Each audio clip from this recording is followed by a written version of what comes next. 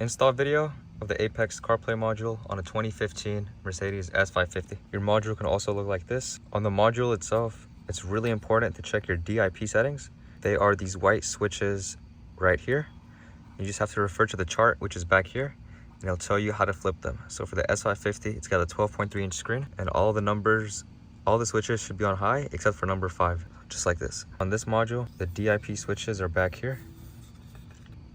Should refer to the paper that it came with. It'll tell you which switches to flip up or down.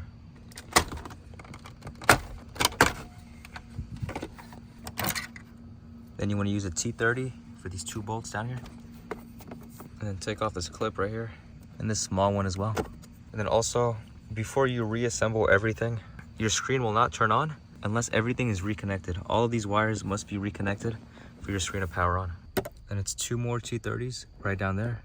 All right, once the 2 bolts are out, this should just lift up and slide back. Like that. You can slide it all the way back to make sure you have enough room to work down here. You get a T20, take off this bolt right here, and same thing on this side right here. This will just slide out. Then you can access the wiring back here.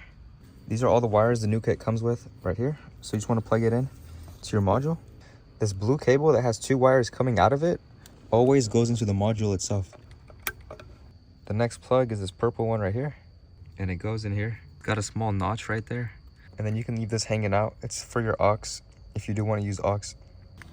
Open up this bag and plug in the Wi-Fi antenna right here, like this. A blue cable is going to the module. You see how it has 2 wires coming out of it?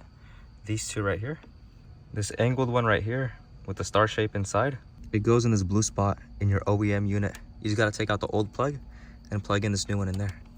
And then the other end, you connect it to the OEM one you just unplugged from here, which is this blue one down here.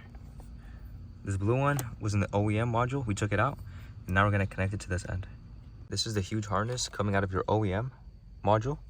You lift it up and you twist it, and then it comes off. Another important thing are these pink fiber optic cables. You have to pop them out and transfer them to the new harness. And that's pretty easy. They just come out. So just pop them out like that and transfer them over. All right, so this is the new harness right here. This end connects to the car's module. This end connects to the part you just took out, which is that thing right there. All right, this is the new harness. We transfer those pink fiber optic cables to the right slot, which is that one right there. And we also connected the new harness to the old one that came out. And then you want to squeeze this back in here. To take it out, you see how there's like 2 levers or 2 layers? You see how there's 2 layers? You squeeze one and then you lift it up.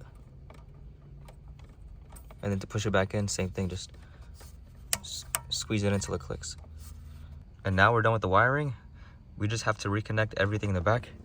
All right, we just want to reconnect these wires so the car can start up and our screen won't glitch. But yeah, everything has to be reconnected up here for your screen to turn on.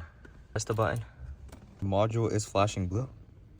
So we have to press and hold the back button for a few seconds, and that should activate the CarPlay screen. There we go. And then your original controls will still work to control the screen.